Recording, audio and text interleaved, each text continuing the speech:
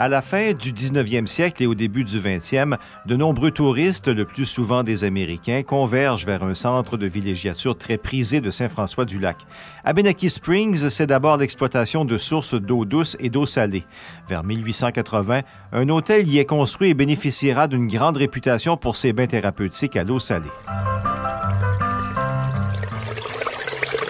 Certains ont écrit que le phénomène tenait presque du miracle. À quelques pieds de distance, des sources produisent de l'eau douce et de l'eau saline. À cette dernière, on prête des vertus thérapeutiques. Cette source devient donc un prétexte à la construction d'un hôtel qui, au fil du temps, deviendra réputé pour ses bains thérapeutiques à l'eau salée. Mais le site lui-même, enchanteur et en retrait du village, s'harmonise parfaitement au romantisme de l'époque.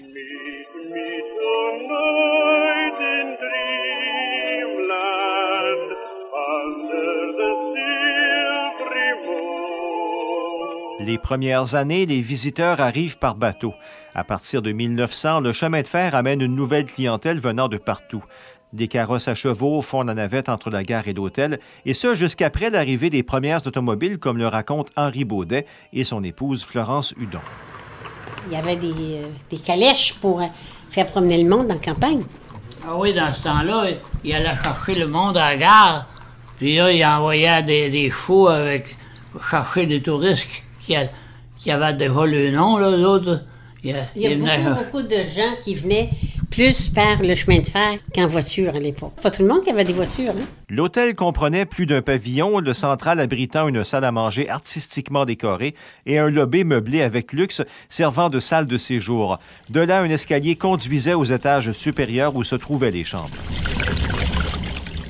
Florence Hudon-Baudet, co-auteur de l'ouvrage produit à l'occasion du 325e anniversaire de Saint-François-du-Lac, explique qu'un dispositif bien particulier alimentait les chambres en eau. Il y avait un circuit d'eau douce, un circuit d'eau salée. Le circuit d'eau salée fournissait certaines chambres, les gens, pour qu'ils fassent des bains d'eau salée. Dans les autres chambres, c'était de l'eau douce. Parce que les gens qui se baignaient dans l'eau salée ne payaient pas le même prix.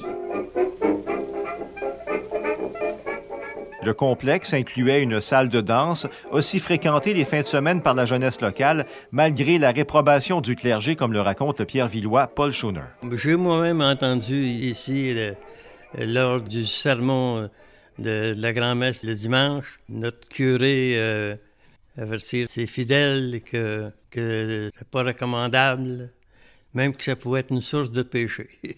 L'hôtel, propriété d'Américains, n'était ouvert qu'en été, mais des bâtiments accueillaient les chasseurs en automne. Henri Baudet, malgré son jeune âge à l'époque, en garde des souvenirs clairs. Il y a une bâtisse, là, c'est des gens qui venaient pour la chasse l'automne. Il y avait des chambres dans ça, parce que l'hôtel c'était fermé, il faisait trop fret. Fait qu'ils pensionnaient là.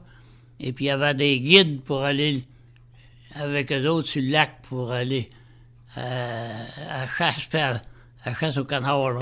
Malgré une usine d'embouteillage près de l'hôtel, l'ancien député Paul Schoner, qui était alors lui aussi jeune enfant, se rappelle qu'il y avait un jet d'eau accessible au public. On allait même à pied, en traversant le pont, on allait boire de l'eau aux sources, Abenaki Springs. Même on allait s'emplir des bouteilles d'eau pour revenir à la maison. Longtemps un centre d'intérêt pour les gens de la place, le commerce, propriété alors d'un dénommé Watts, fait faillite dans les années 40. L'hôtel est par la suite démoli par le nouveau propriétaire des lieux, Omer Biron, qui les convertit en une usine d'embouteillage qui est ravagée par un incendie en 1975.